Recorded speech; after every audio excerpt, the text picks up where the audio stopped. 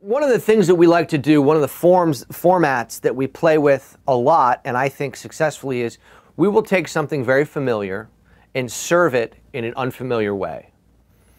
But then we will take things unfamiliar and serve them in familiar ways. Because I think taking something unfamiliar and serving it in an unfamiliar way is maybe, you run the risk of asking too much of people, and I don't mean that as in a derogatory way, but I still think as a society where people are beginning to see that eating can be an art form, but it's still not sky's the limit, no holds barred all the time with eating as it is with other art forms, painting, sculpture.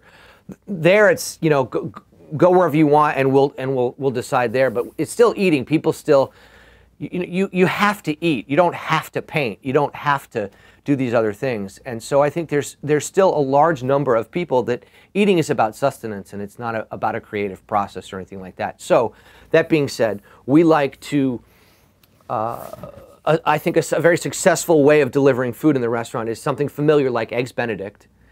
We will take that apart and serve it to you in a way that does not resemble the Eggs Benedict of your childhood or of Sunday brunch or of whatever your particular memory of Eggs Benedict is. But when you eat it, you can still be transported. It's still all the flavors, that it still taps the memory of Eggs Benedict, but we serve it in an unfamiliar way. We break it down, we deep fry the hollandaise, we poach an egg yolk and shape it and restructure it in another way. We do a lot of things, but when you eat it, you go, I'm still having Eggs Benedict. I can still, the taste is linked to memory, and that usually often makes for a successful dish. When you can eat something and have it tap a memory, as long as that memory is positive, then you can. That's a good way for us to serve you. But then if we take a combination of things, for instance, again, a dish that we're going to put on the menu today is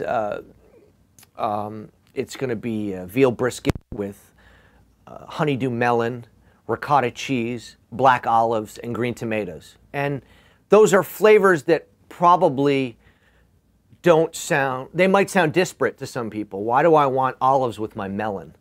Why ricotta and green tomatoes? Or, well, that doesn't sound, to me it doesn't sound crazy, but there are elements of that dish that maybe don't sound like they're going to go together, but we're not going to present it in a very we're going to present it in a way that's going to make it seem friendly, going to make you want to interact with it in a nice way.